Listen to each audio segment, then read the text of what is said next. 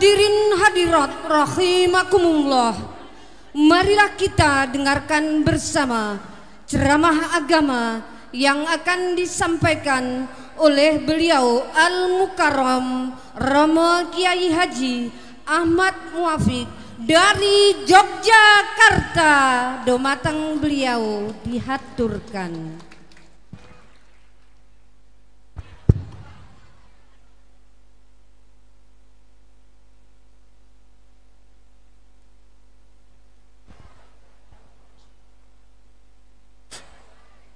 Assalamualaikum warahmatullahi wabarakatuh.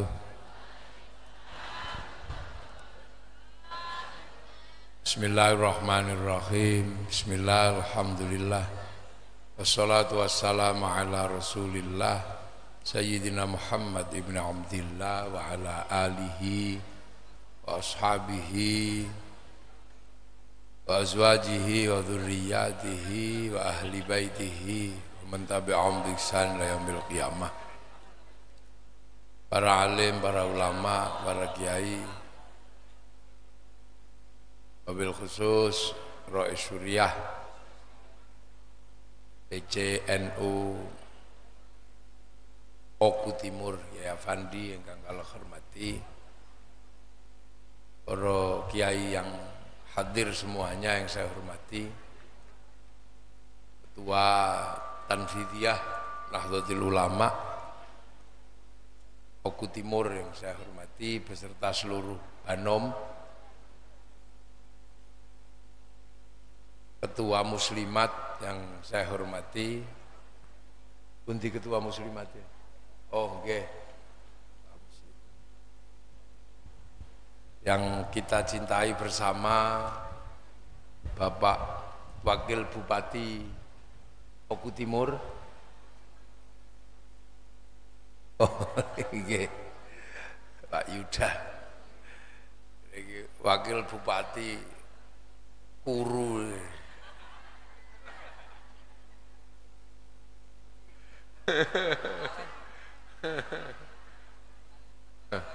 Sami kali rai. Sampai Ketua Tanfid. Ya. Ini cukup, suara soundnya cukup, Pak Camat yang saya hormati, Pak Lurah kalau ada yang hadir, anggota DPR ada yang hadir, Wakil Gubernur yang mewakili,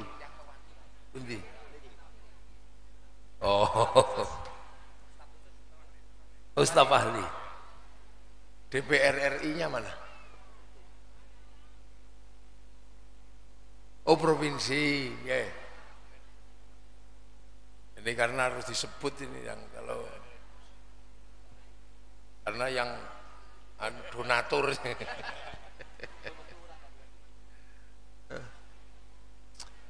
Para hadirin wal hadirat yang berbahagia, ini alhamdulillah. Jadi kita ini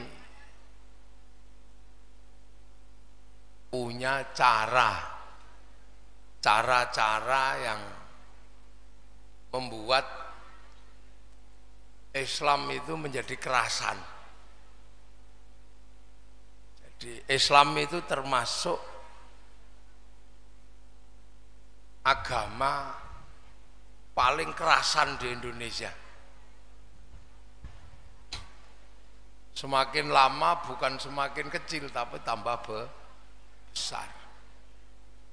Jadi agama kerasan di Indonesia. Karena apa? Karena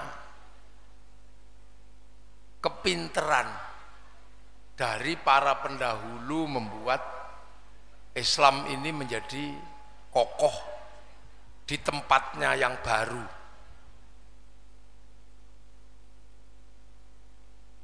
Jadi yang harus diingat adalah bahwa Islam di Indonesia itu bukan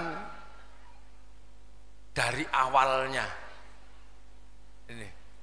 Jadi Islam di Indonesia ini bukan dari awalnya. Karena awalnya di Mekah sana. Nah, awalnya itu di Mekah. Yang kita tahu bahwa jarak antara Mekah sama Indonesia itu naik pesawat 9 jam.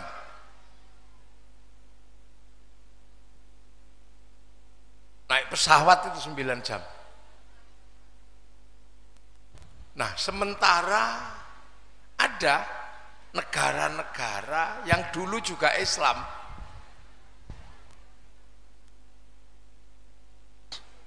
Apa ganti speaker? Ganti wasilah. Loh. Itu kan ini kan enak. Orang jadi kayak teletabis tadi itu suaranya. Jadi gini, saya juga ngomongnya enak gitu. Jadi Islam ini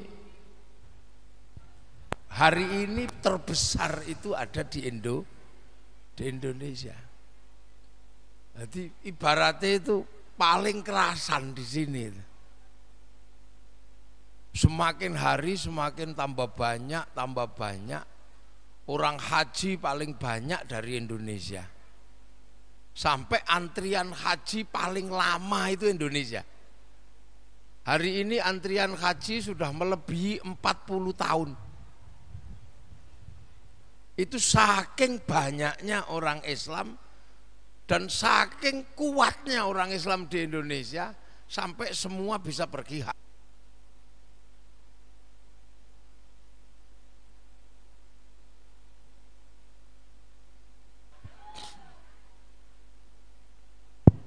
Oh, urip meneh.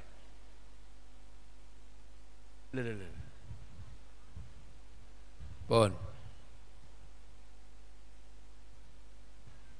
Jadi orang Indonesia ini hari ini jumlah jamaah haji terbesar dunia itu dari Indonesia. Itu menandakan apa? Orang Islam di Indonesia ini jumlahnya enggak main-main. Padahal Islam termasuk yang jauh itu Indonesia. Islam yang berkembang di Eropa, teng Eropa itu. Ini itu enggak jauh. Cuman melewati Maroko. Maroko niku ibu kota negara di ujung Afrika. Melewati kota namanya Casablanca, terus melewati kampung namanya Tangier. Ini pun masuk teng Spanyol, masuk Portugis, masuk Spanyol. Lebih dulu daripada yang masuk ke Indonesia. Itu enggak kerasan kok. Jumlahnya tidak semakin besar, bahkan hilang. Yang ke Afrika juga nggak bertahan lama, dan masih jumlah jamaah hajinya juga nggak terlalu banyak. Kondisi masyarakatnya juga masih sangat minim. Nah, yang datang ke sini itu, ini yang kadang kita ini selalu dilupakan. Sehingga akhir-akhir ini banyak sekali orang yang menyatakan bahwa Islam yang di Indonesia itu Islam jelek. Sehingga ajarannya dijelek-jelekkan. Dan kita kadang percaya sama kelompok-kelompok yang baru datang ini, itu kita percaya. Apa yang membuat Islam di sini kuat? Ini mulai diteteli satu-satu, dipreteli satu-satu dengan disebut bid'ah. Padahal semua sadar bahwa Islam itu bergerak kemana-mana dulu. Ke Eropa ya bergerak, ke Afrika bergerak, ke Cina bergerak, ke India ya bergerak, semua bergerak Islam waktu itu. Tapi hari ini yang paling kuat pertahanannya, bahkan menjadi paling mayoritas penduduknya, bahkan menjadi Islam paling banyak, itu ada di Indonesia. Ini yang kita nggak boleh lupa. Dengan dinamika yang sederhana, yang nggak ribet, gitu. Nah itu di Indonesia. Nah yang tiba-tiba serius itu, misalnya kayak teng Suriah, tiba-tiba serius dia mau bangun khilafah, bubar. Nah di sini ada anak-anak yang kadang nggak sadar, ngotot aja di Indonesia itu mau bikin khilafah. Sementara ketika itu dipraktekkan di Libya, negaranya hancur. Ada yang ngotot bikin khilafah, dipraktekkan di Filistin, sampai sekarang itu nggak selesai ributnya. Duh, ini kan kita harus mulai sadar, gitu. Ada yang ngotot Salafi Wahabi, sementara yang di Arab sudah mulai berubah. Ini kalau kita nggak menyadari bahwa ada sesuatu yang salah. Ini sekarang kan banyak sekali di sini orang yang ngotot khilafah, kemana-mana bawa bendera la ilaha illallah, ngotot terus, bikin hoak, bikin apa, sampai pilpres saja bikin istilah perang Badar. Padahal pilpres itu kan kelanjutannya pilkades. Di kampung pilkades, di kabupaten pilbub, di provinsi pilgub, kalau kelas negara pilpres, pesta demokrasi, yo ada dangdutannya, kan dari dulu begitu. Kalau yang punya uang ada uangnya, kalau diterima masjid sumbangan, kalau diterima orang biasa uang bensin, kalau diterima kiai bisyarah. Ini kan dari dulu begitu. Kita ini punya mekanisme yang menyelamatkan negeri ini. Ada yang ngotot mau bikin faham Ikhwanul Muslimin. Ikhwanul Muslimin ngotot seolah-olah dia paling benar. Sementara ketika itu dipraktekkan di negaranya, di Mesir, Mesir bubar. Sampai pemimpin terakhir Ikhwanul Muslimin di Mesir digantung sama rakyat Mesir. Yang kayak gini harus mulai sadar.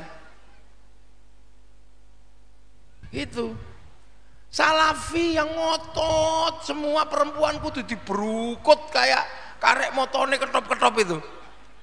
Itu yang sekarang di Jeddah itu setiap malam sudah pada mulai nggak pakai jilbab. Lu kok ora sinau kita itu kadang.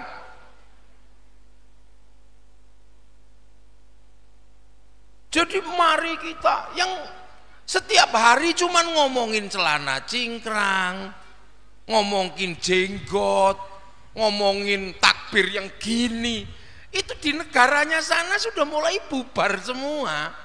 Lah kita ngapain? Sama juga kita berbicara tentang komunis. Komunis itu di negaranya sana juga sudah bubar. Terus kita ini mau ngomong apa? Mestinya kita belajar dari situ. Di sini ngotot bendera la ilaha illallah. Ini bendera paling benar. Kita ini sudah tahlilan pakai la ilaha illallah. Jangan dikira kalau kita nggak pakai bendera la ilaha illallah kita anti la ilaha illallah. Bendera kita la ilaha illallah. Ada orang mati kita tutup pakai bendera la ilaha illallah. Sama dengan kita anti bendera PKI Palu Arit. Tapi Tapi kalau kita ke sawah tetap pakai arit, pergi nukang tetap pakai palu. Nalar ini mulai kita bicarakan agar kita ini nggak kena korban hoa. Dulu di Sumatera Selatan itu ada istilah kaum tua, kaum muda. Iya, kaum muda anti kaum tua.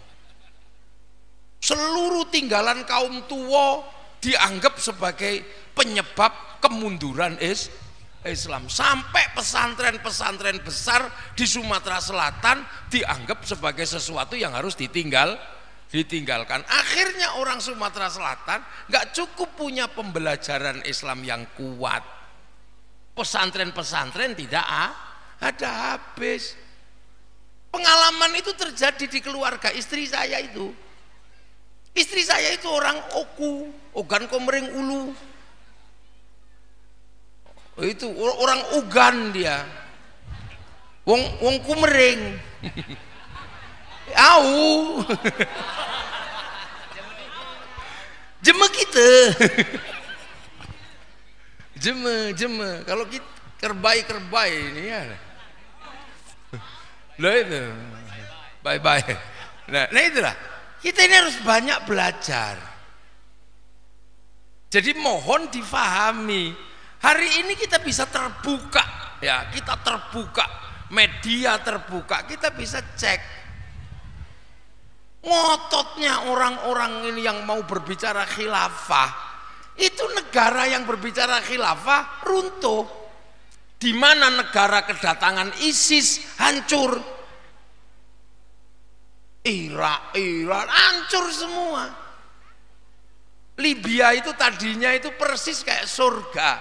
Sore-sore orang bakar barbeque di pinggir jalan. Sekarang runtuh. Karena apa?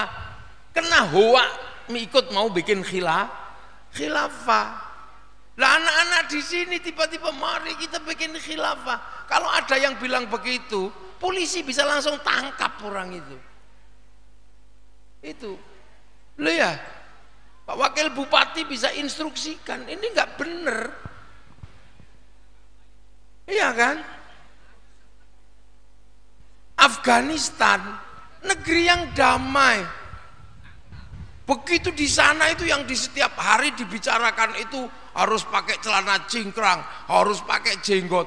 Wah, akhirnya perang sekarang, begitu perang sumber daya alamnya diserahkan kepada Cina dan Amerika. Loh, apa kita tidak belajar yang seperti ini? Sementara kita dengan Pancasila, dengan cara-cara beragama ala Nahdlatul Ulama, ini ala Muhammadiyah itu mampu menjadi tulang punggung kebangsaan, dan bangsa kita hari ini tetap menjadi bangsa yang Arab itu satu bangsa berpecah menjadi puluhan negara, yang Eropa satu bangsa pecah dari puluhan negara, tapi kita puluhan bangsa masih bersepakat dalam satu negara kesatuan Republik Indonesia. Apa ini tidak belajar? Ngaji begini, sampai yang di Suriah diroket, mudah dari roket, mulutan di Afghanistan dibom. Makanya kalau ada yang bilang mulutan bid'ah, itu sampean datangi aja itu orangnya, dudukkan, kasih tumpeng sama ingkung, suruh makan. Dah. Ini negeri yang bilang-bilang rusuh di sana sudah. Loh, kita Malaysia, negara tetangga terdekat kita, itu jam 10 malam sudah tidak boleh ada pengajian. Kita sampai jam 3 esuk ilmu blenger sak karepmu bareng ngene. Solawatan. Negeri paling enak. Gitu aja dibikin peraturan, toanya dikecilkan untuk daerah yang campur. Kalau daerah yang sesama muslim mau sonnya 17 terserah. Itu untuk kota-kota sonnya diturunkan. Gitu aja bilang speaker dilarang, nggak ada orang larang toa itu, nggak ada. cuman turunkan suaranya di kampung-kampung yang mayoritas berbeda agama. Lu kan gitu. Nah ini kan mesti kita buka satu-satu, kita urai. Kenapa kok kita ini tiba-tiba hari ini bisa menjadi muslim yang riang gembira, yang enak ini. Nah ini yang kadang harus kita pahami. Biar apa? Biar kita ini nggak membayangkan seperti orang lain. Dan itu terjadi di semua kehidupan hari ini. Nggak cuma dalam bidang agama, dalam bidang budaya pun kita ini nggak percaya dengan budaya sendiri. Sudah dikasih rambut hitam bagus-bagus, di merah-merah. Akhirnya kalau kata orang Jawa jadi LKMD, londo kok mengdase. Lihat, LKMD londo kok mengdase. Sudah tahu bagus rambutnya begini, mau gondrong silahkan, mau potong silahkan. Nggak pede kalau nggak pakai rambutnya orang Amerika yang berdiri gini. Itu di Amerika orang Mohawk udah nggak mau pakai rambut celipir itu. Di sini dipakai. Akhirnya kalau kehujanan guling. Udah nggak kepake. Terutama ibu-ibu ini. Ibu-ibu ini hentikan. Pemikiran cantik adalah putih, itu hentikan. Hentikan. Cantik adalah putih, itu hentikan. Orang Palembang lahir procot putih. Tapi orang Jawa lahir procot pasti agak hitam. Makanya biar hitam tambah putih, saya nikah sama orang Palembang. Akhirnya keluarnya lumayan itu di belakang itu. Itu lumayan. Nggak hitam banget kayak saya, walaupun nggak seputih ibunya, nggak apa-apa. Ada peningkatan. Ini sederhana. Itu kalau di dalam agama, sampai nggak pede kalau model Indonesia. Dalam kecantikan pun nggak pede kalau nggak Eropa. Hentikan cantik itu putih, itu hentikan. Karena kalau cantik itu putih sampean percaya, yang Afrika bagaimana? Iya, karena kalau cantik adalah putih, sampean terobsesi untuk menjadi orang putih. Akhirnya apa? Industri pemutih masuk. Ibu-ibu semua beli industri pemutih kulit gitu. Itu berapa miliar dan triliun itu yang dikeruk dari Indonesia karena cantik itu putih. Perusahaan-perusahaan manicure, pedicure, skincare itu semua nawarkan perempuan cantik itu putih. Itu berapa yang harus dikeluarkan oleh bapak-bapak untuk membiayai skincare? Oh ya, nanti nggak cocok karena putih kan. Sementara terus akhirnya beli pemutih. Setelah beli pemutih, orang kita ini nyamuk banyak, luka banyak. Akhirnya beli penghilang luka. Sudah. Kalau sudah lukanya hilang, maka harus tidak ada bulunya. Mulai beli alat penghilang bulu. Komplit nanti. Wah, akhirnya jadi cantik. Ya memang cantik. Setelah itu kemudian apa yang dipakai?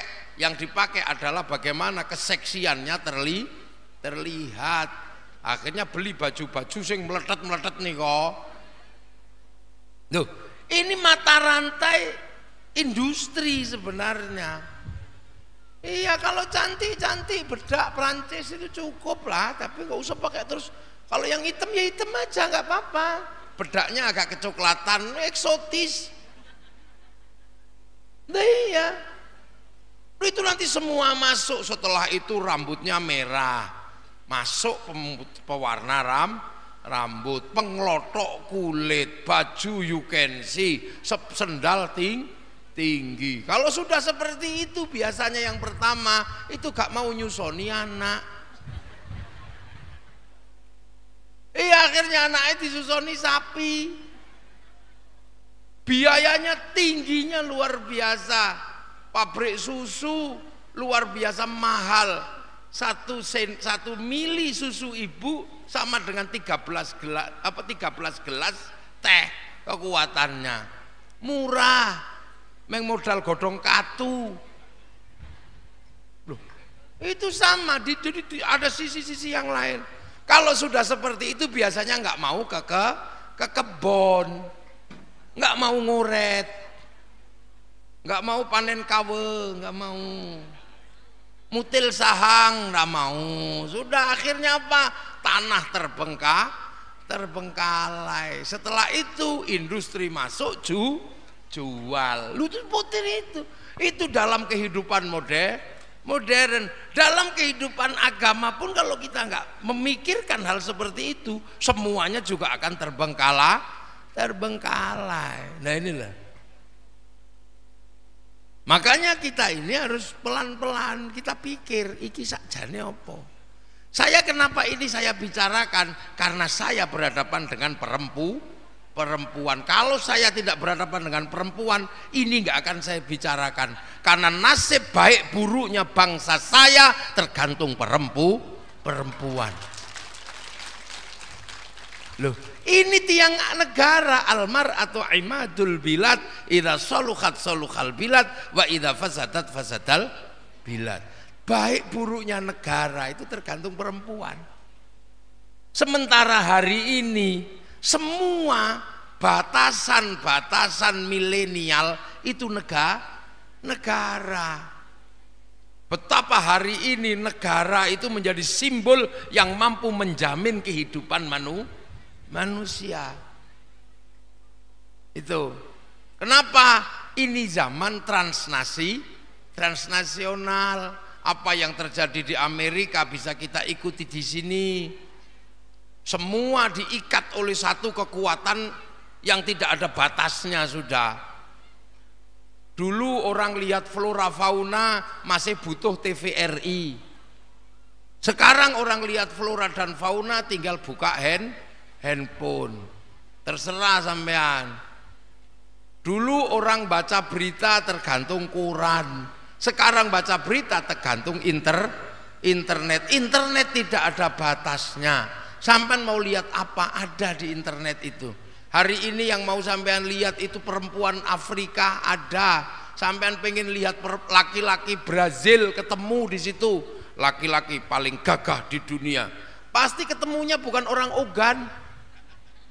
Pasti di situ yang muncul orang Eropa, orang apa, ketemu semua.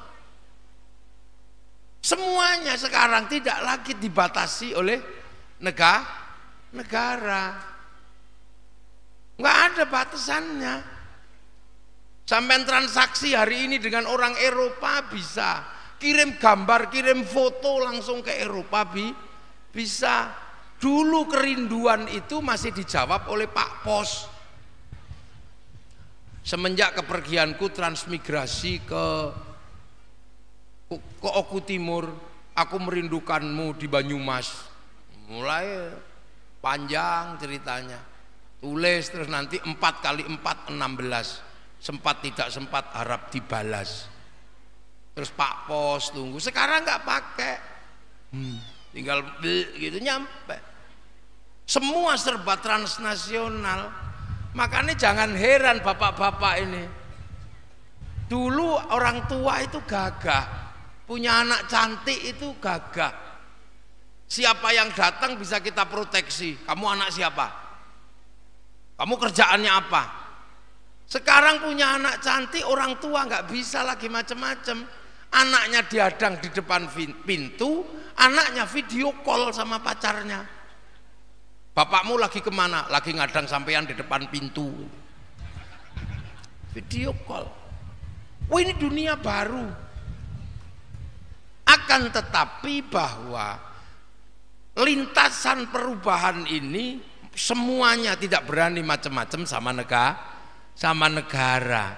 Sampean bisa menjadi orang seperti orang Inggris silakan, tapi kalau mau masuk ke Inggris tetap ditanya pasportmu mana.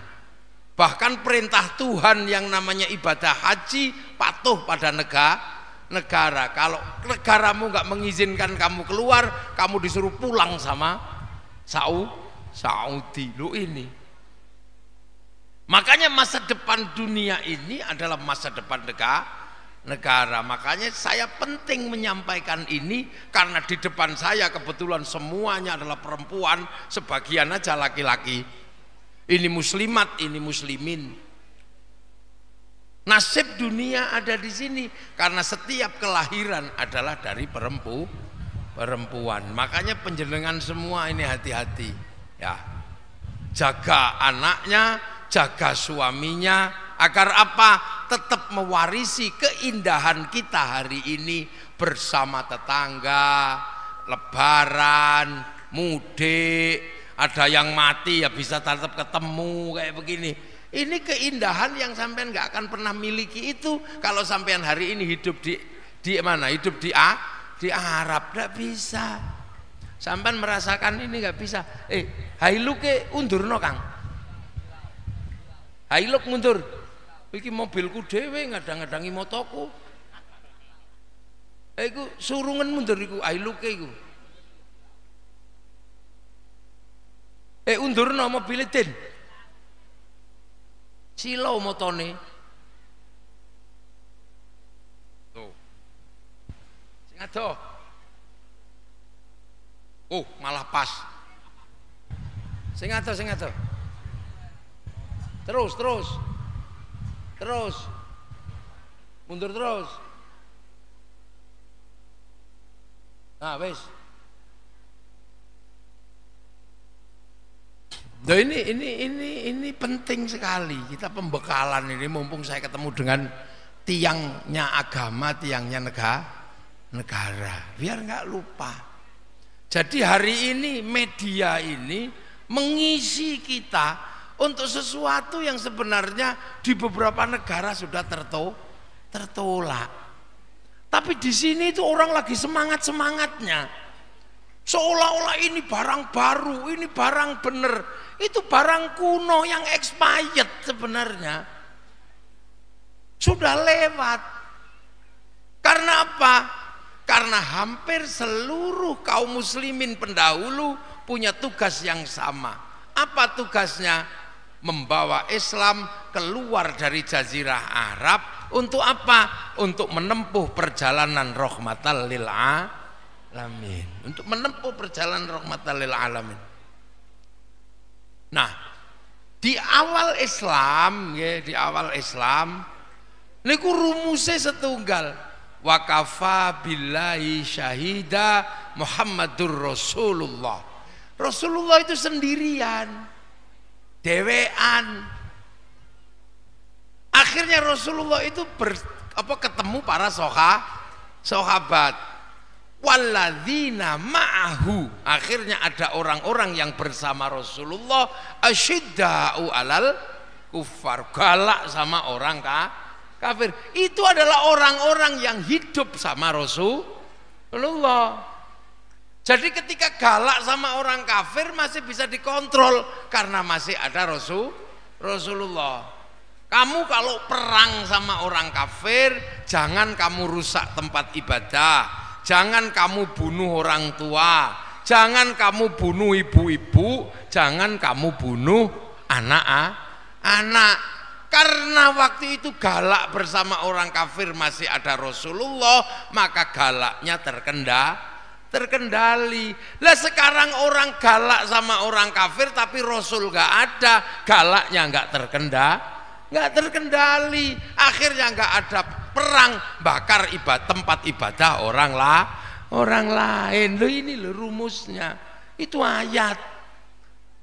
Makanya Rasulullah itu orang yang hidup sama Rasul galak sama orang kafir, tapi terkontrol karena ada Rasul. Kalau sudah ada perjanjian ya sudah, tidak dikafir-kafirkan lagi.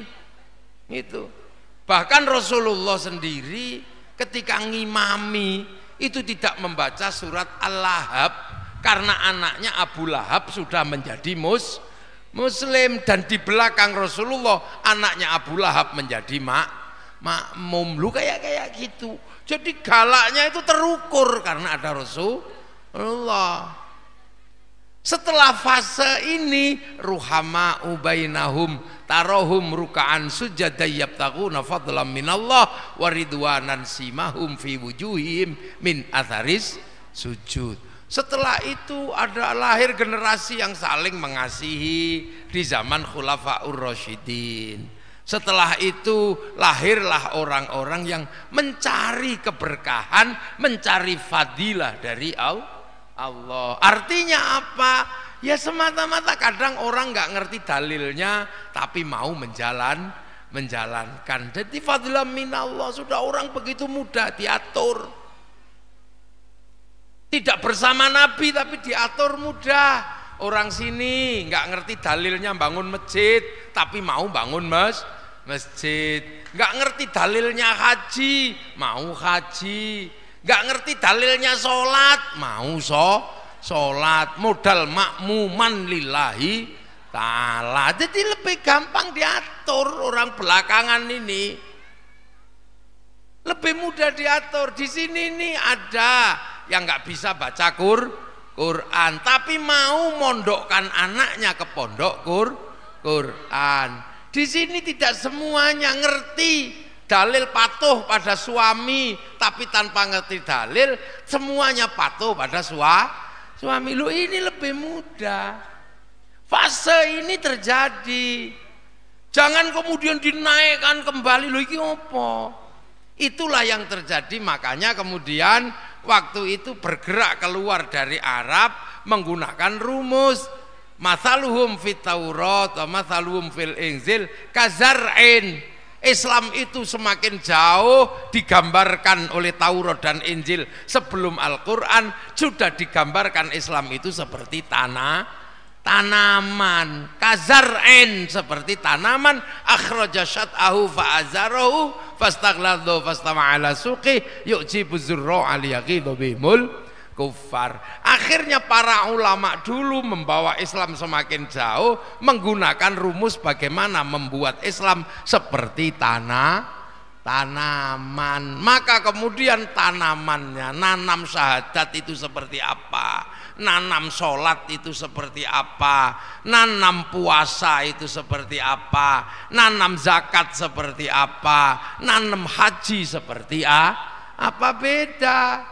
Karena begitu Islam itu keluar dari Arab sampai di sini, bahasannya jadi banyak. Yang dibahas itu jadi banyak karena ketemu dengan banyak sekali perbedaan. Urusan hewan yang halal ketika di Mekah itu paling perbincangannya terkait dengan kambing, unta, hewan ini ya, unta. Terus apa? Ya enggak jauh-jauh itu paling sapi. Tapi begitu sampai sini perbincangan hewan, ada perbincangan garangan, ada perbincangan luwak, ada perbincangan labi-labi. Sebelumnya nggak ketemu perbincangan ini halal atau haram, nggak ketemu. Sampai di sini perbincangan iwak baung. Iwak tadi banyak, menghasilkan disiplin ilmu yang berbeda-beda. Apalagi kalau kemudian perbincangan tentang telegu yang kentutnya bau itu. Kalau di sana belum ada perbincangan telegu, garangan, nggak ketemu. Nah di sana perbincangannya waktu itu makanan paling kurma sama gandum. Begitu sampai sini mesti memperbincangkan tales, gembili, uwi, tambah banyak. Di sana perbincangan buah itu paling kurma, jeruk, rumman. Rumman itu delima, tin, zaitun. Sampai di sini mesti memperbincangkan duku, rambutan, duren, cipluan, macam-macam perbincangannya sampai sini. Di sana perbincangan hantu itu cuman minasyaitonir rajim. Sampai sini gendruwo, kuntilanak, gundul pringe, suster ngesot, pocong, tambah banyak. Loh, Di sana berbicara agama, ketemu Yahudi sama Nasrani. Sampai sini ketemu agama Buddha, ketemu agama Hindu. Nah, ini bagaimana cara menanamnya agar Islam yang jauh bisa tumbuh di negeri yang berbeda-beda, yang semuanya ada. Di sana cerita tentang sungai, itu cerita tentang surga. Jannatin tajri min tahtihal anhar, itu surga, karena di sana nggak ada sungai yang mengalir. Sampai di sini semua sungai mengalir. Sungai Musi, Sungai Selabung, Komering, semua sungai banyak. Loh, nah ini loh yang membuat mesti kita pahami bahwa nenek moyang kita yang membawa Islam itu lebih paham bagaimana caranya menanam Islam di Nusantara.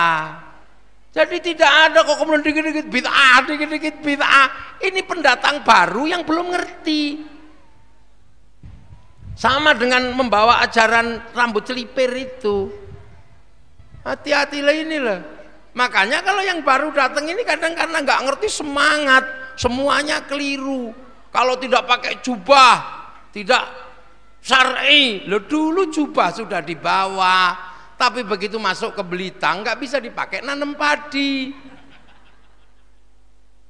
Makanya jubah yang disebut baju syar'i dipotong. Potongan syar'i namanya sar'un.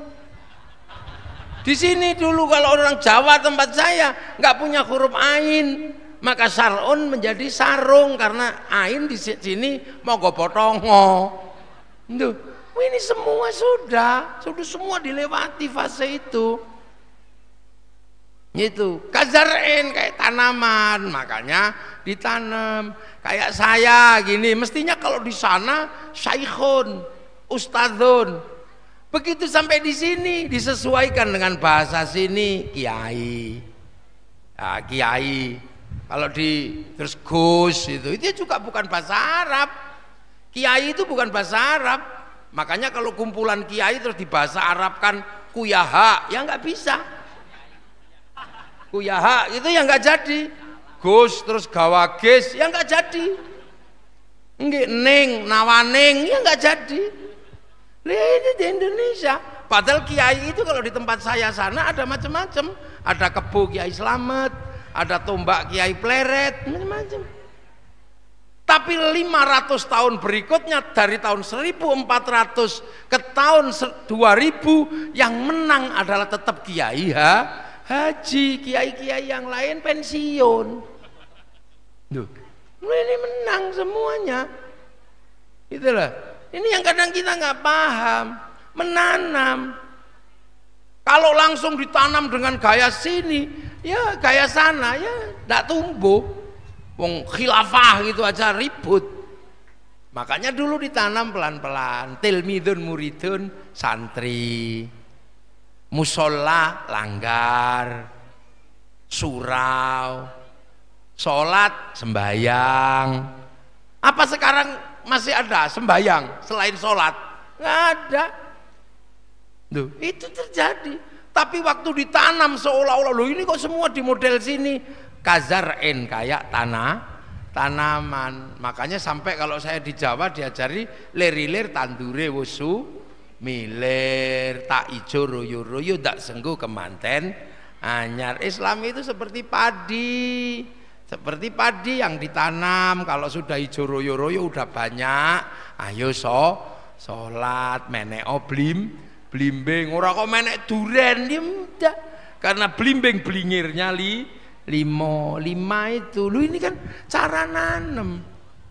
Makanya dulu di sini, di daerah sini ada kaum tua, nah, diwajar sama kaummu.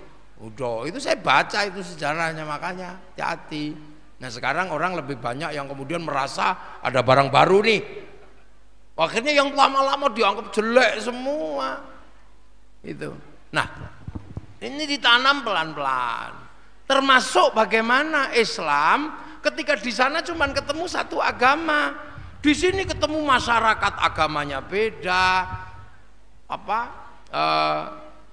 Termasuk budayanya beda, Apa yang harus diterapkan? Apakah Islam punya konsep terhadap manusia yang berbeda-beda harus hidup seperti apa?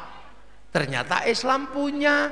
Kalau kamu ketemu dengan masyarakat yang berbeda-beda, berbeda agama, berbeda suku, berbeda bangsa, jadilah masyarakat yang saling bertanggung jawab. Rasulullah dengan tegas menyatakan, kullukum ra'in wa kullukum mas'ulun an ra'iyati. Kalian semua adalah pemimpin yang saling bertanggung jawab. Jadi semua manusia itu pemimpin dan saling bertanggung jawab. Maka konsep ra'iyah yang dalam bahasa Rasulullah diterapkan untuk masyarakat yang berbeda-beda bernama, diserap menjadi bahasa rakyat.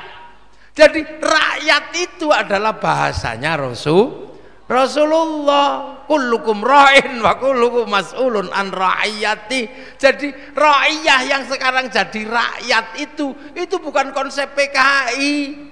Itu konsepnya Rasul. Kalian bisa hidup bersama-sama, tapi jadilah manusia yang saling bertanggung jawab. Berbeda bangsa, berbeda suku, berbeda agama, hiduplah saling bertanggung jawab dalam satu ikatan kebersamaan persekutuan, namanya musyarakah. Maka kemudian diserap ke bahasa kita menjadi masyarakat. Ini. Jadi makanya ulama di Indonesia terutama santri nggak pernah meributkan, karena ra'iyah itu saling bertanggung jawab. Maka kalau sudah saling bertanggung jawab dalam konsep ra'iyah, jangan saling mengkafirkan. Maka mana sampean lihat ulama-ulama NU kufar kafir nggak ada. Itu pasti kiai nyaran itu yang suka ribut itu. Karena apa? Karena nggak ngerti konsep ra'iyah atau rakyat. Dan satu-satunya bangsa muslim dunia yang sanggup mengambil kalimat ra'iyah untuk menyebut warga bangsanya hanya muslim Indonesia, nggak ada yang lain. Nah itu kan makanya masyarakat yang berbeda-beda itu kan konsep ra'iyah sama. Makanya bagaimana cara menanam Islam, syahadat ditanam dengan cara sini. Saya bersaksi tidak ada Tuhan selain Allah dan Nabi Muhammad utusan Allah. Puas sholat ya ditanam dengan cara sini, karena masyarakat sini sholatnya itu banyak pekerjaan, makanya zuhur mestinya 11:30, ditanamnya jam 11:30. Nggak apa-apa, sambil tunggu pujian Robbana ya Robbana. Masih belum datang tombo ati, itu kan di sana. Kalau masih belum datang capek nunggu ya, diurukian jangan datang. Loh itu setelah sholat tanaman ini biar kuat diajak zikir orang sini bahasanya bahasa Semende, orang sini bahasanya bahasa Ugan. Makanya agar bisa zikir, kiainya kalau zikir bunyi la ilallah la ilallah, biar orang dengan bahasa Ugan bisa berzikir dengan bahasa Arab karena denger. Zikirnya juga gede, karena kalau zikir diem orang capek langsung tidur. Lu ini kan cara, karena Islam itu kuat. Loh, ini cara semuanya. Makanya sampean jangan heran bikin beduk. Itu cara biar Islam itu tahu waktu sholat pakai beduk. Karena apa? Beduk itu suaranya keras. Sekarang beduk pensiun karena ada speaker, tapi beduknya jangan dihilangkan, karena kalau beduknya hilang, speakernya pas listrik mati nggak ada bunyinya. Nah sekarang beduk pensiun, speaker nggak jalan. Kenapa? Orang pergi ke masjid di WA. Lagi kan zaman berubah, sama. Lah inilah. Nah cara-cara nanam zakat. Ya zakat mulai dibicarakan. Makanan pokoknya orang Semende bukan lagi gandum, bukan kurma. Lah zakatnya pakai apa? Zakatnya pakai beras, zakatnya pakai jagung, orang Oku Timur jagung, beras. Di sana apa Rasulullah pernah zakat pakai jagung? Ya enggak pernah. Zakatnya pasti pakai gandum atau kurma. Lu berbeda. Puasa, nah termasuk puasa. Puasa ini karena berlaku di sini harus dibedakan dan dipisah-pisah. Karena orang Indonesia itu hobinya puasa. Karena sebelum Islam datang, Hindu juga mengajarkan nggak makan, nggak minum, nggak menyentuh perempuan. Namanya upawasa. Makanya ketika Islam datang kok nggak ngajarkan makan, nggak ngajarkan minum, nggak ngajarkan ganggu perempuan siang-siang, kok kayak upawasa. Maka Syahrul Siam disebut bulan puasa. Itu. Nah, agar puasa itu kuat untuk membedakan dengan puasa yang lain, maka sebelum bulan Ramadan puasa diawali dengan padusan mandi di sungai di mana. Terus malamnya biar berbeda antara puasa yang lain, puasa Ramadan ditemani mercon, akhirnya dardor mercon. Kalau menjelang subuh tuk-tek apa itu keliling sahur. Nah, nek kebablasan ndak mau bangun sahur enggak sahur sak karepmu. Sahur enggak sahur sak karepmu. Loh itu. Semua begitu. Di tempat lain apa ada? Enggak ada. Terus kemudian agar puasa ini menjadi semangat ghirah tersendiri, maka kemudian ditemani dengan mudik. Nah, salah satu teman puasa itu adalah halal halal. Ini teman puasa. Itu makanya puasa di Indonesia itu menyenangkan. Karena apa? Temennya banyak. Nah, salah satunya yang hari ini kita adakan ini adalah halal halal. Halal itu juga hanya ada di Indonesia. Halal itu hanya ada di Indonesia, tempat lain nggak ada. Bahasa Arabnya memang bahasanya memang bahasa Arab, tapi terkibnya bukan bahasa Arab, itu terkibnya bahasa Indonesia. Makanya ahli bahasa Arab kalau suruh memahami halal pusing. Makanya orang Arab kalau dengar halal juga bingung, itu bahasa apa. Nah, itu terjadi kapan? Itu terjadi karena Bung Karno sebagai pemimpin Indonesia, ya, itu merasa bahwa bulan puasa itu adalah sebuah bulan di mana manusia secara ruhani harus bersih. Secara ruhani harus bersih dengan cara apa? Mengendalikan hawa nafsu selama 1 bulan. Jadi agar 1 bulan ini orang bersih mengendalikan hawa nafsu, maka oleh Allah dikasih namanya bulan puasa. Bulan puasa itu sesungguhnya apa? Kalau secara agama disebut la'allakum tattaqun, agar kalian bertakwa. Takwa itu apa? Kemanapun wajah kita menghadap, kita merasa di situ ada Allah. Itu takwa. Makanya hasilnya adalah menjalankan perintahnya, menjauhi larangan. Ya, itu hasilnya takwa. Tapi takwanya sendiri itu apa? Kemanapun hati kita menghadap, di situ kita merasa ada Allah. Lah, apakah manusia itu sudah tahu Allah? Sudah. Manusia itu sudah tahu Allah. Karena manusia sebelum turun ke dunia sudah ditanya, alastu birabbikum, kamu lupa kak kalau aku ini Tuhanmu? Nyawa manusia itu jawab, qalu bala syahidna, ya Allah, aku jadi saksi kalau kau itu Allah. Fanfukur ruh, maka ruhani itu ditiup ke dunia, ditaruh di dalam jasad.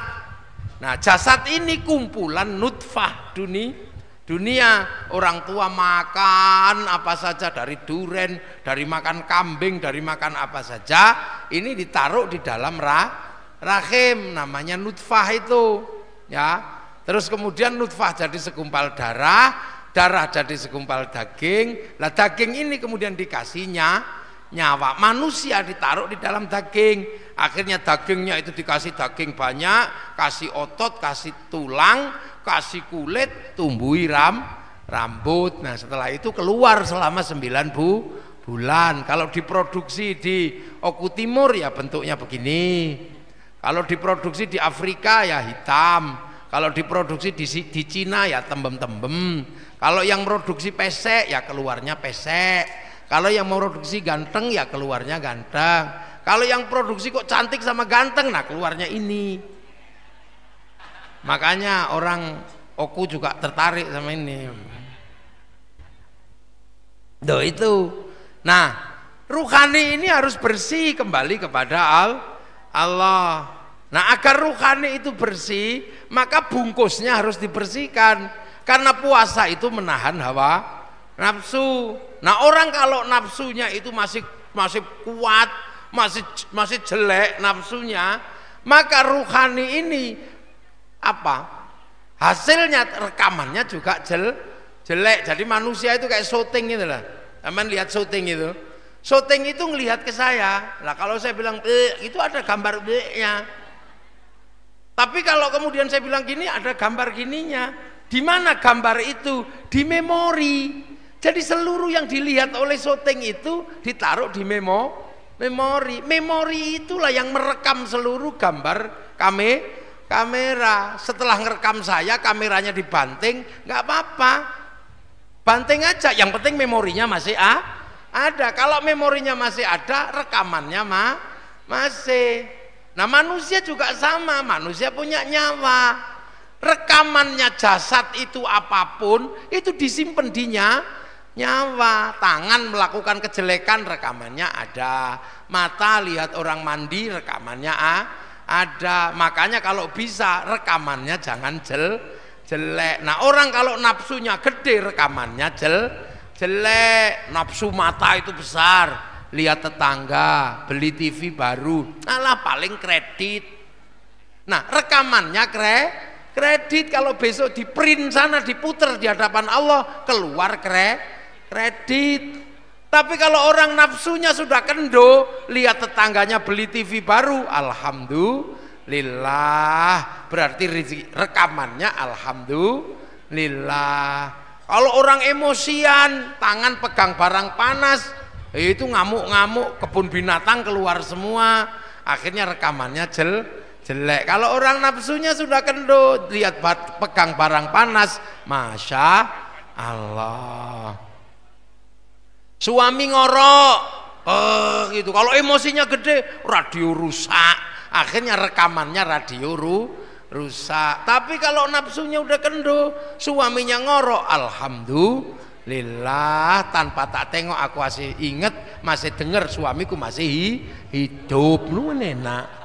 Rekamannya bagus. Makanya orang kalau ini nafsunya, makanya selama 1 bulan nafsu diturunkan. Agar apa? Agar rekaman rohaninya bagus. Makanya orang-orang NU santri ini usahanya luar biasa.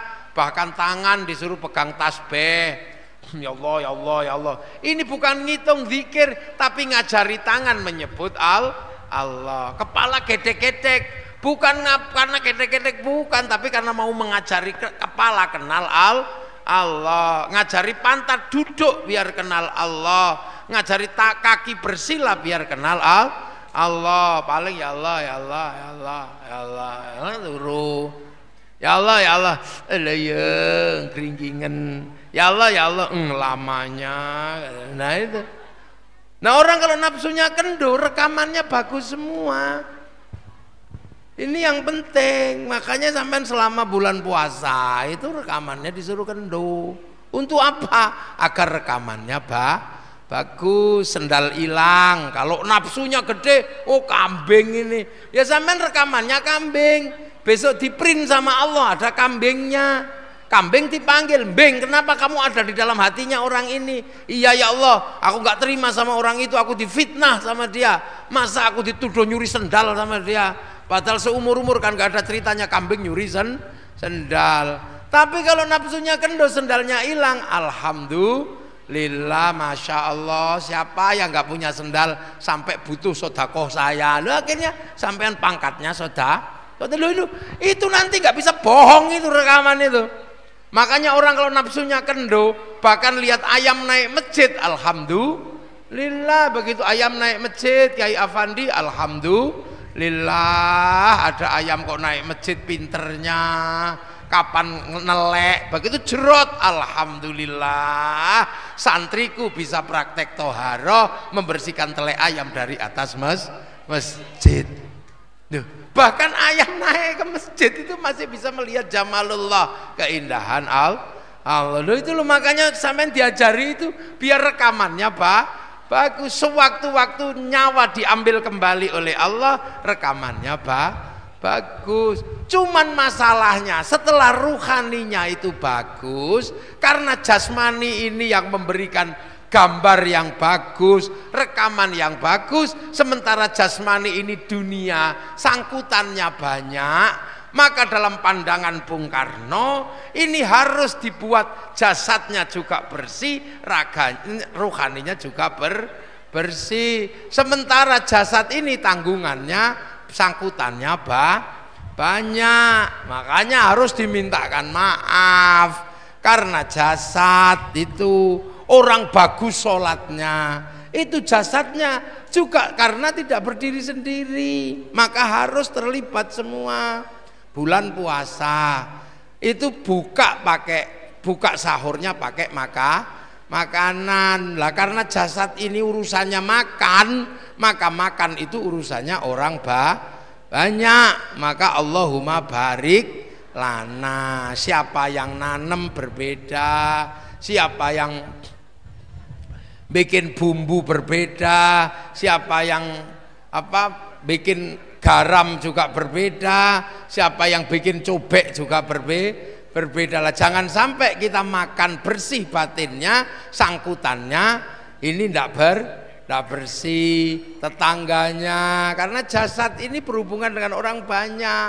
Saya misalnya sholat, saya ngajarkan sholat bisa saya ajarkan, tapi sholat itu nutup aurat itu ditutup pakai kain urusannya pabrik kain. Kiai udah nggak ngerti caranya bangun pabrik kain, sing bisa bangun pabrik kain itu Cino. Nek Cinone mati, kita nggak punya kain untuk sholat. Makanya jasad jangan serta-merta hancurkan Cina sampean nanti telanjang. Dulu pikir lah itu. Makanya kemudian ini harus ada halal semua.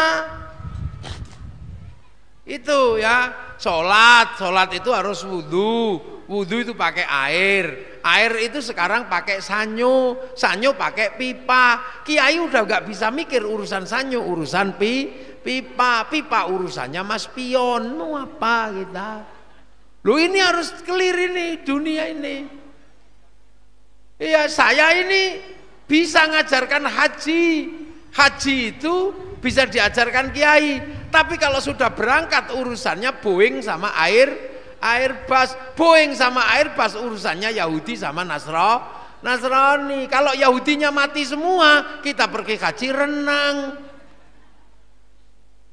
Loh itu loh, jadi agama itu benar-benar tidak bisa berpisah dari kehidupan, karena ketika agama itu dipakai oleh manusia, tubuh manusia ini tidak bisa berdiri sendiri, tapi bersama yang lain. Nah, jangan sampai ruhani ini bersih tapi jasmaninya enggak bersih. Agar jasmaninya bersih, seluruh yang bersangkutan dengan jasmani kita minta halalnya. Itulah ide awalnya halal bihalal, karena Indonesia puluhan bangsa, puluhan suku. Gagasan dari Bung Karno, kemudian yang membuatkan sistemnya Kiai Wahab Hasbullah, pendiri Jam'iyah Nahdlatul Ulama. Itu makanya enak kita ini. Jadi kalau ada yang bilang halal bihalal itu bid'ah, ya sudah, dia nggak akan pernah bisa minta maaf sama orang lain. Memang bisa kita. Sampean cantik itu aja bedaknya dari Prancis. Kalau bedak oku bubar sampean, beras ditumbuk blonteng semua. Hidup itu bareng-bareng. Makanya jangan sembarangan. Ini pengajian bagus, yang bikin kipas angin Cino itu. Makanya Cinone mati sampean kebut-kebut terus capek. Nah, ini dunia. Kita pengajian enak karena ada orang jualan mainan. Akhirnya kita bawa anak kecil gak ribut karena anak kecil beli mainan. Yang bikin mainan siapa? Lah itulah makanya Rasulullah dengan tegas menyatakan mayyuridillahu bihi khairan yufaqihu fiddin. Siapa yang dikehendaki menjadi baik oleh Allah dikasih ngerti dalam urusan agama. Khaironnya nakirah. Kalau khairon itu nakirah maknanya khairon kamilan, kebaikan yang sempurna. Kebaikan yang sempurna bukan milik manusia, itu hanya milik Allah. Kalau manusia sempurna pasti bersama yang lain. Nah ini pengajian ini baik. Yang terlihat paling baik pasti saya karena saya kiainya. Tapi saya nggak terlihat baik kalau nggak diundang sama panitia. Lah kalau sudah begitu baik saya apa baik panitia? Ya panitia baik, tapi kalau saya nggak datang pengajiannya jelek. Lu itu dua itu aja udah nggak jelas. Terus kemudian pengajian ini baik, kenapa? Karena sampean mau datang. Kalau sampean semua nggak datang, ini bukan pengajian, ini cek sound. Nah pengajian ini jadi baik juga semua karena ada yang masang tenda. Biasanya yang masang tenda ini sholatnya juga nggak terlalu rajin. Lo ya kan?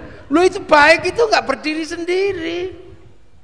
Makanya kalau kita baik itu jangan merasa paling baik karena tubuh ini dunia itu berasal dari kun itu berasal dari kana itu wa akhwatuha, temannya banyak loh. Makanya halal bihalal itu sungguhnya adalah untuk membersihkan jasma ini dari sangkutan dunia di mana kita hidup tidak bisa berdiri sendiri lah. Itu makanya jangan sok-sokan. Sampean makan enak itu karena ada garam. Apa orang Oku Timur punya pabrik garam? Enggak punya. Yang bikin garam orang Jawa di pesisir sana. Pas diantar ke sini sampean tahu sopirnya enggak mampir di warung remeng-remeng? Enggak tahu. Pas waktu bikin garam apa enggak kemungkinan dikencingi, diuyui, makanya deket bahasanya siji uyah siji uyo. Hidup itu begitu. Nah inilah di Indonesia dibikinkan sistem akhirnya namanya halal halal agar halal semua karena hidup itu nggak bisa berdiri sendiri. Loh kok tiba-tiba ada yang mengatakan itu bid'ah? Itu artinya sampean akan dipisah dari kehidupan bersama dan saatnya pada titik tertentu sampean akan dibikin hidup sendiri. Lah kalau sudah seperti itu kacau kehidupan bersama, bangsanya juga hancur, tidak ada kedamaian, tidak ada apapun di situ selain kekacauan. Nah kalau sudah kacau, manusia rusak, agama juga rusak. Makanya wahadzal baladil amin itu lebih dulu daripada laqad khalaqnal insana fi ahsani taqwim. Manusia yang baik, tsumma radadnahu asfala safilin illal ladzina amanu wa amilus sholihat, kecuali orang yang beriman dan berkelakuan baik.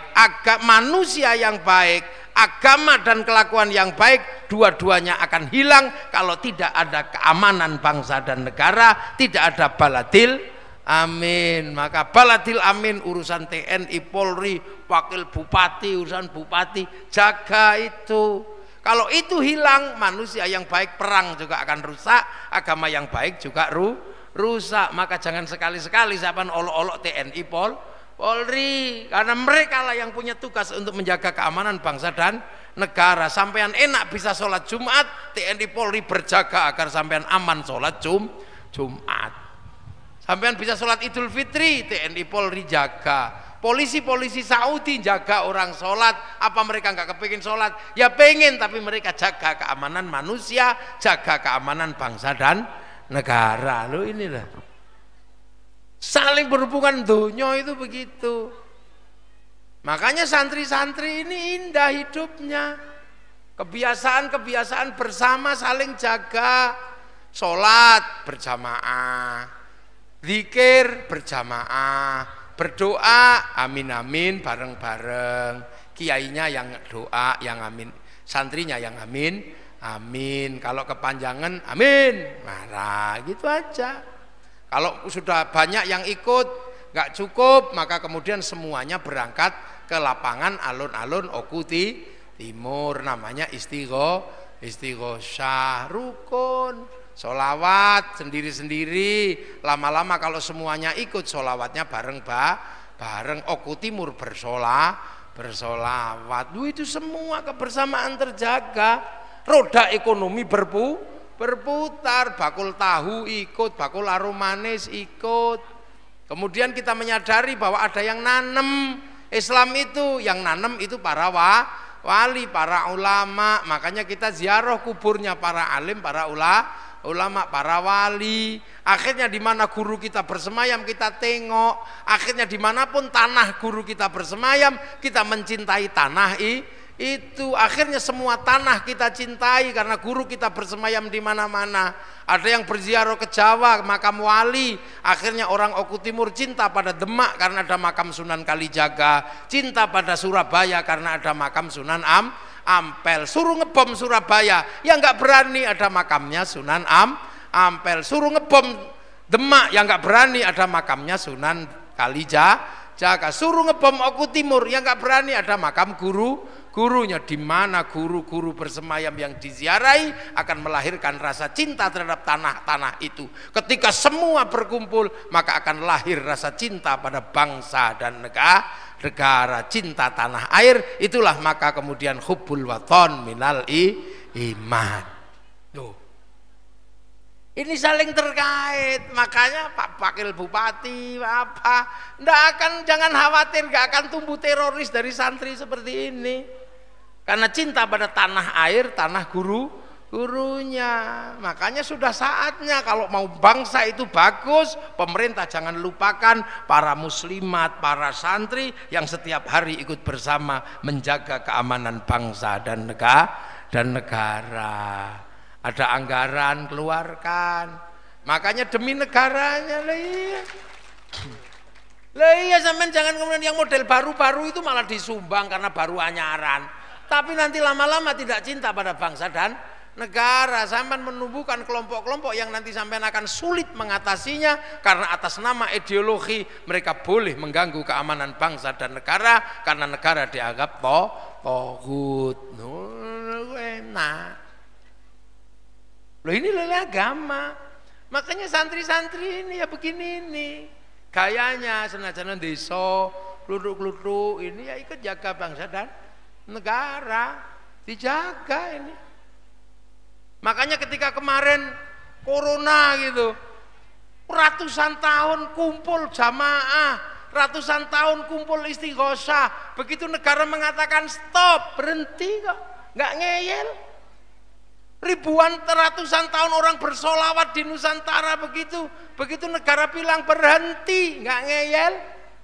Yang lain masih kita nggak takut corona. Kita hanya takut kepada Allah. Saya nggak takut corona karena corona bikinan Allah. Ya kalau gitu kamu nggak usah takut sama singa, nggak usah takut sama harimau. Harimau bikinan Allah. Kalau kamu nggak takut sama harimau nggak apa-apa, takut sama Allah. Tapi coba kamu tidur samping harimau, imut kamu apa? Loh itu kan pertanyaan besar. Orang yang setiap hari kumpul kumpul ini, kenapa begitu negara mengatakan berhenti, semuanya berhenti, nggak ada yang ngeyel. Begitu vaksin semua nggak ada yang ngeyel. Tapi kelompok-kelompok yang model begitu ada aja alasannya. Oh ini masjid ditutup, apa? Oh yang punya masjid aja diem kok.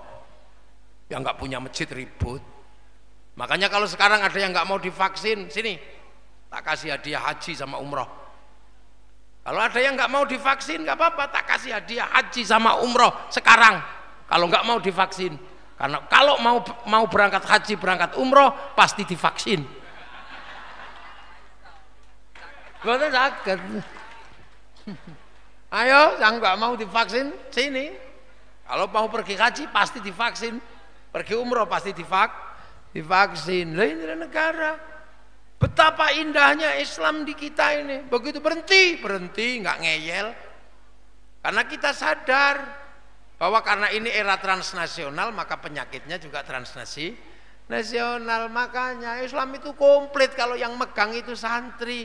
Secara uluhiyah dijaga betul. Dari orang belum lahir sudah ngapati, mitoni, sampai orang mati masih dijaga nyawanya. Tapi jasadnya dijaga. jangan sampai ketika di dunia punya sangkutan yang jelek dengan yang lain dibikin halal halal. Nggak bisa sampean merasa puasanya paling baik, saya puasa paling baik, padahal yang kirim makanan itu nggak pernah sholat, yang mancing juga nggak sholat, gramehnya naik ke atas meja, yang mancing pakai ini coba ayo sampean.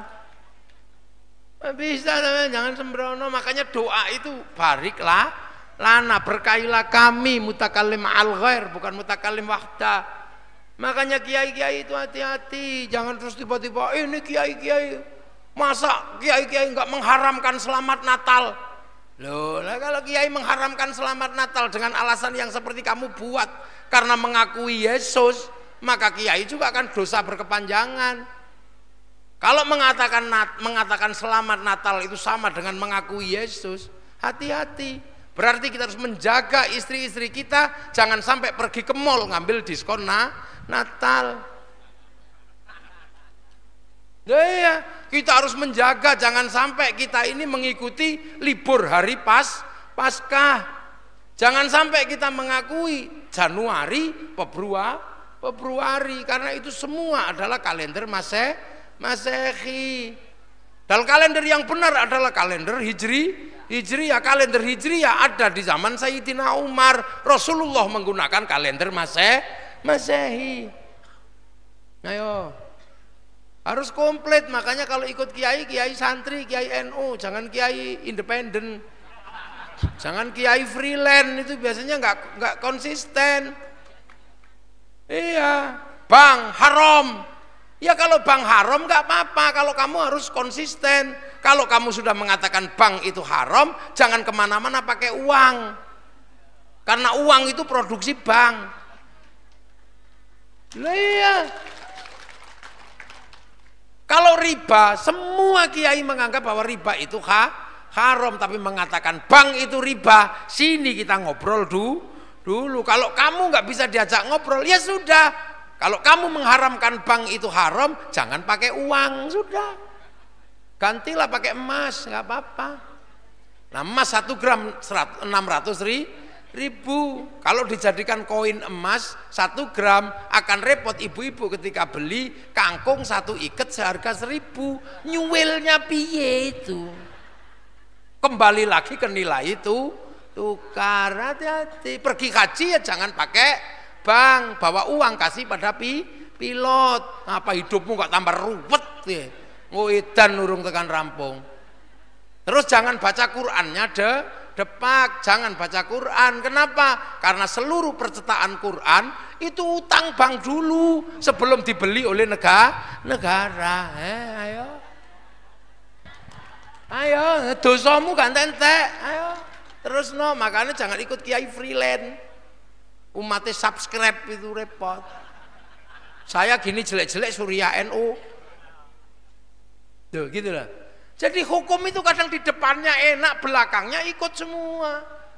Sudah mengatakan selamat Natal itu haram karena mengakui Yesus, kalendernya masih kalender Masehi, liburnya masih hari Minggu, hari Paskah libur nasional ikut melu ora iso sampean.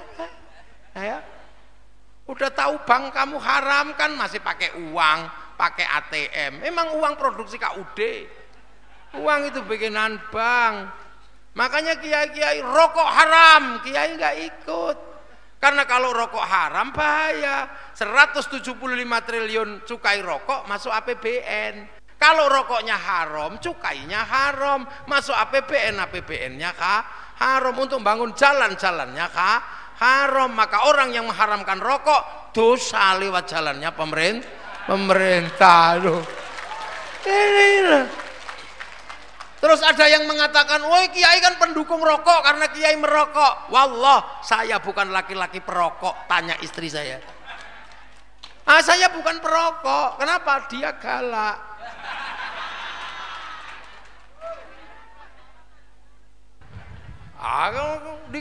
Rokok, Mas, jangan. Sudah, pidato ya sudah, saya nggak ngerokok. Punya anak yang pidato tambah, ya sudah. Tapi apa? Ini hukum, makanya hati-hati. Sekarang orang ikut hukum kan yang nggak bertanggung jawab. Apa-apa haram, apa-apa haram. Masuk ke gereja haram. Loh kalau masuk ke gereja haram, lah terus nanti tukang servis AC dosa. Yang haram itu kamu beribadah seperti ibadahnya orang Nasrani di gereja, itu haram. Lah kalau masuk ke gereja kok haram, tukang servis AC gimana? Satpam gimana? Ayo, kadang ada orang jual kerupuk, kamplang di gereja, lah ya maka jangan gitu. Itu. Nah inilah kemplang ya. Jadi semua jangan gitu, makanya ikut Kiai NU ditanya kenapa kamu kok ngerokok? Karena kalau saya nggak ngerokok pusing Kiai, wajib. Kenapa kamu kok nggak ngerokok? Karena kalau saya ngerokok malah pusing, haram. Nah kenapa kamu kok ngerokok? Kalau nggak ngerokok pusing, wajib. Lu kan itu aja enak. Jadi nggak usah ribet. Loh lah itu kiai akhirnya selamat semua. Ini kan semuanya pede kan. Selamat Natal haram. Karena itu mengakui loh, diskon Natal juga haram. Nah itu orang-orang nggak tanggung jawab.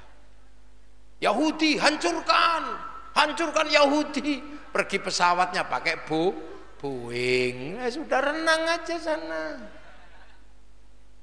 Loh yang kita ini hidup ini ya, ngaji ini loh, minumnya Aqua itu Danon dari Prancis. Kalau dari sungai langsung, ya saya nggak mau minum, pakai paralon. Nah, ini teh, ini gulanya ya siapa yang buat, tukang deres itu. Ini anggurnya Cina, salaknya Jogja, kacangnya baru kacang Oku. Onde-onde sini, ya, degan sini, tapi sedotannya Cina. Kemudian digolok, dipepras pakai golok terbuat dari pir mobil buatan yang lain bengkok. Itu jadi sudah mengatakan NU garis lurus, kembali kepada Kiai Hasyim Asy'ari. Lah kalau kamu kembali kepada NU Kiai Hasyim Asy'ari, ya harus ikut perang 10 November sana berangkat. Wong kita itu NU-nya Kiai Said, ya kita karnaval 10 November, darahnya ya Betadin. Kalau ikut Kiai Hasyim perang 10 November, darahnya Belanda. Makanya dulu merebut bendera merah putih pakai perang, kita cukup hormat bendera. Lah itulah makanya kita ngerti bahwa bendera merah putih direbut oleh Kiai Hasyim sebagai simbol kebanggaan Indonesia. Maka hormat bendera adalah menghormati simbol harga diri bangsa. Nah yang nggak ikut perang menganggap hormat bendera itu menyembah, karena mungkin nenek moyangnya waktu yang lain berperang, nenek moyangnya nggak ikut. Apalagi Bandar Dadu, ya kita juga nggak tahu loh. Jadi ini semua orang harus tahu.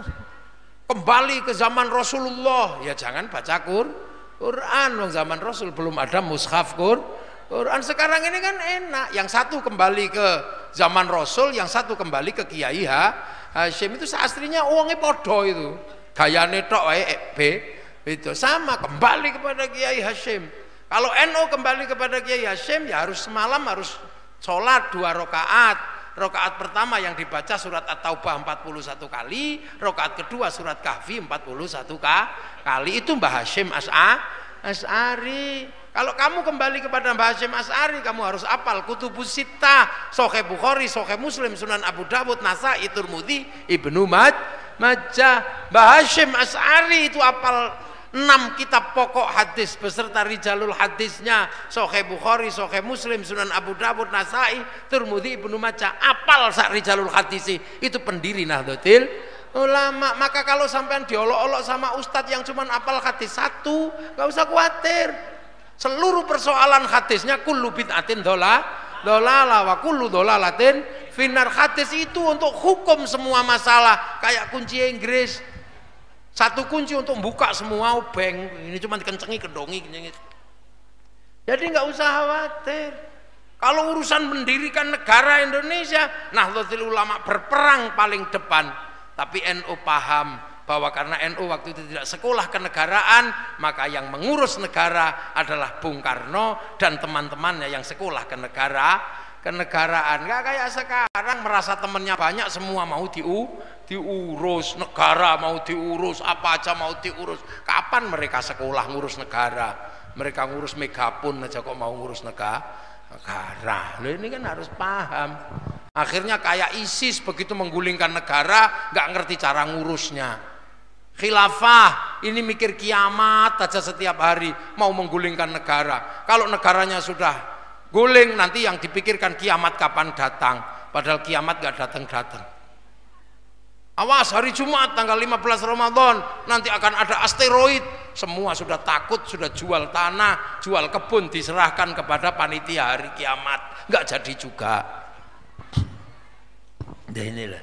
Jadi ini penting, kita semua mesti memahami itu, bahwa hari ini kita masih mempunyai sesuatu yang luar biasa, agama yang bagus, manusia yang bagus, keamanan bangsa dan negara yang bagus, muslimat ada di situ. Karena nasib baik buruknya negara tergantung perempuan.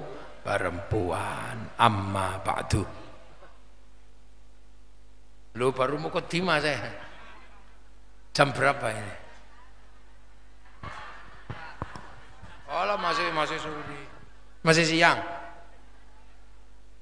Baru jam 1. Nah sekarang tinggal laki-lakinya aja. Kalau perempuannya sudah dikasih tugas, nah tinggal laki-lakinya bagaimana ngurusnya. Karena baik buruknya perempuan tergantung laki-laki. Wong perempuan itu sawah. Iya toh? Perempuan itu kan sawah. Nisa hukum harsul lakum, perempuanmu itu sawahmu. Ya gimana laki-laki ngurus sawah?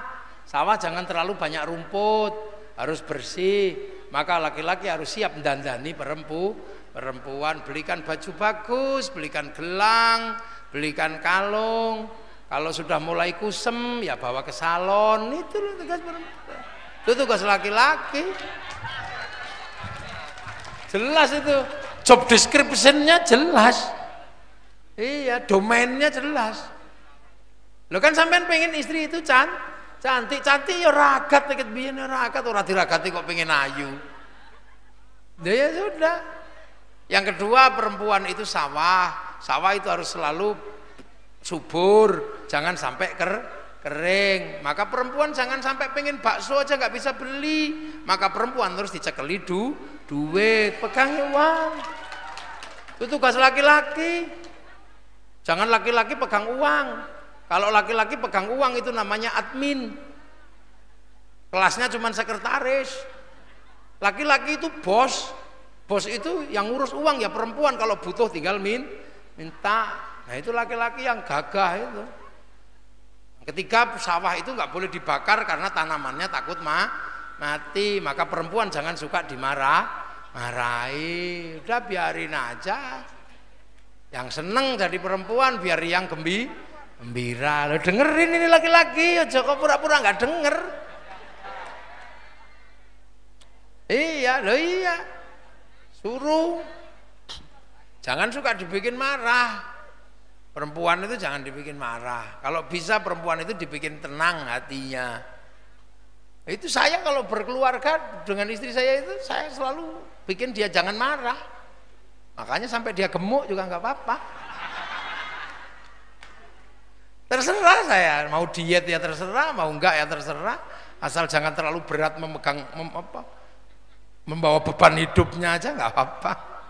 Enak saya merdeka. Marah itu, dia hobi marah. Orang oku gimana nggak marah? Biasa saya, udah kebal. Dia nggak boleh marah. Kalau dia marah tak tinggal keluar rumah nerima tamu udah. Wong tamu saya banyak. Pernah satu ketika dia marah ya. Gara-gara tak suruh dandan. Dek besok pergi kawinan santri. Ya jangan sampai kalah cantik sama santri. Dandan yang cantik, dandan. Jam 6 pagi tak ajak pergi ke pernikahan santri. Di perempatan ternyata ada pagi-pagi mobil kena sorot lampu, perempuannya cantiknya luar biasa, kelihatan dari mobil. Saya lupa kalau bawa istri. Itu orangnya. Saya bunyi mulut saya. Ada santri yang nyopir namanya Arifin, Pin, itu loh perempuan cantik betul itu, Pin. Marah sampai di belakang, ditarik dari belakang, itu dasar mata laki-laki katanya. Saya yang dandan dari pagi nggak dipuji, itu perempuan sudah tersembunyi, masih saja kelihatan, tarik lagi saya, ya diem aja. Masa saya mau bilang enggak dek, nggak mungkin, saya udah terlanjur ngomong gitu kan, dia nggak bisa bohong. Akhirnya udah diem aja. Jangan mata, iya ada aku aja masih lihat-lihat begitu, apalagi kalau nggak ada. Ya aku laki-laki. Laki-laki itu pasti bisa melihat perempuan yang cantik dan tersembunyi. Setersembunyi apapun laki-laki pasti melihat. Yang penting perempuan itu cantik. Karena kalau aku sebagai laki-laki gak bisa melihat perempuan yang cantik dan tersembunyi, mana mungkin aku dulu menemukanmu. Itu kalau telat 1 detik pasti yang keluar kutujah kau, gitu. Bubar. Lah itu jangan udah bubar kalau dengar itu. Untung saya cepat tanggap itu. Ya itu saya teman tanya, itu orangnya ada di situ. Saya nggak bohong. Jadi yang saya ceritakan itu beneran, tanya aja. Nggak boleh dia marah, harus selalu tenang. Gitu. Ketahuan saya pacarnya banyak sebelum dia marah. Ternyata aku bukan perempuan pertama. Ternyata ada banyak perempuan sebelum aku. Iya, aku laki-laki yang layak dicintai wanita. Iya, kalau aku tidak ada perempuan sebelum kamu, berarti aku laki-laki yang gak laku. Sebegitu juga engkau, kekasihku, saya bilang gitu kan. Pasti sebelum aku juga banyak laki-laki yang mencintaimu. Aku dicintai wanita, kau dicintai laki-laki. Ibarat pertempuran ini padang Kurusetra, kau bertarung, aku juga bertarung, tapi perang itu berhenti sekarang. Kenapa perang berhenti? Karena kamu pemenangnya.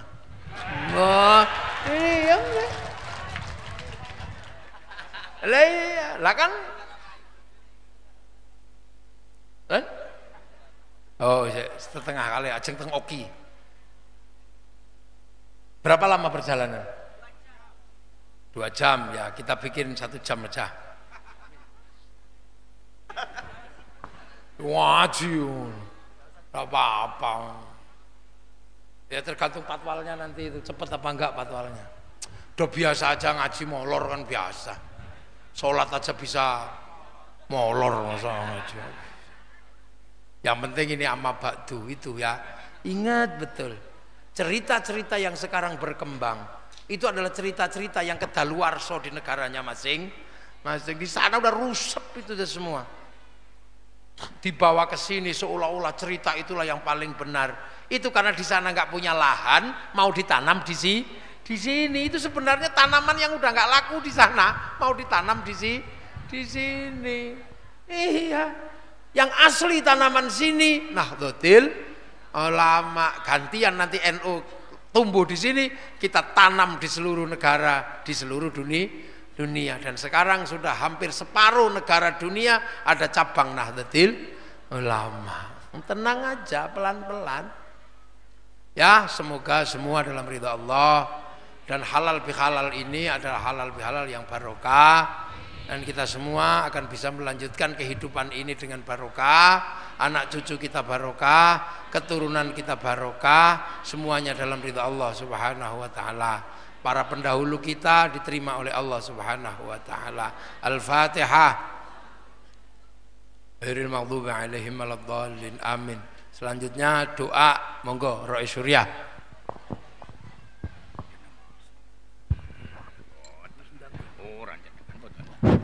A'udzubillahi minasyaitonir rajim. Bismillahirrahmanirrahim. Allahumma shalli ala sayyidina Muhammad wa ala alihi wa sahbihi nasyakirin hamdan na'imin hamdan yu'afi ni'amahu wa yukafi mazidah. Ya Rabbana lakal hamdu kama yanbaghi li jalali wajhikal karim wa li sultanik. Allahumma shalli ala sayyidina Muhammadin salatan wa afat. Taqdila nabiyya jami'al hajjat wa tudana jami'as sayyi'at. Wa tarfa'una bi anil darajat wa tubiruna sal khayat min jami'il khairati wa mamat. Allahumma amnun alaina bis sawa'il ma'rifah wa hab lana tasal mu'amalah fi ma bainana wa bainaka as-sunnah. warzuqna sidqa tawakkul 'alaika wa husna dzanni bik wa amnun 'alaina bi kulli ma yuqarribuna ilaika wa akrunan bi afiyati darain barhamir rahimin. Allahumma aslih lana dinana wa amrina wa aslih lana istifama sunnah wa aslih lana akhiratina wa dunya waj'alil hayata ziyadatan lana fi kulli khair waj'alna rahatan min syarr. Rabbana ighfir lana wa li walidayna warhamhuma kama rabbayana shighara wa li jami'i ashabi wa kulli wajibati alaina wa jami'atil muslimin. Allahumma inna nas'aluka ridwan saqatika wan nar. Allahumma inna nas'aluka ridwan sanad. Rabbana atina fid dunya hasanah wa fil akhirati hasanah wa qina adzabannar. Wa sallallahu ala khalqihi sayyidina maulana Muhammadin wa alihi wa sahbihi wa baraka wasallam. Subhana rabbika rabbil izzati amma yasifun wa salamun alal mursalin. Alhamdulillahi rabbil alamin. Al-Fatihah. A'udzu billahi minasyaitonir rajim. Bismillahirrahmanirrahim. Alhamdulillahi rabbil alamin. Arrahmanir rahim. Maliki yaumiddin. Iyyaka na'budu wa iyyaka nasta'in. Ihdinas siratal mustaqim. Shiratal ladzina an'amta 'alaihim ghairil maghdubi 'alaihim waladdallin. Amin.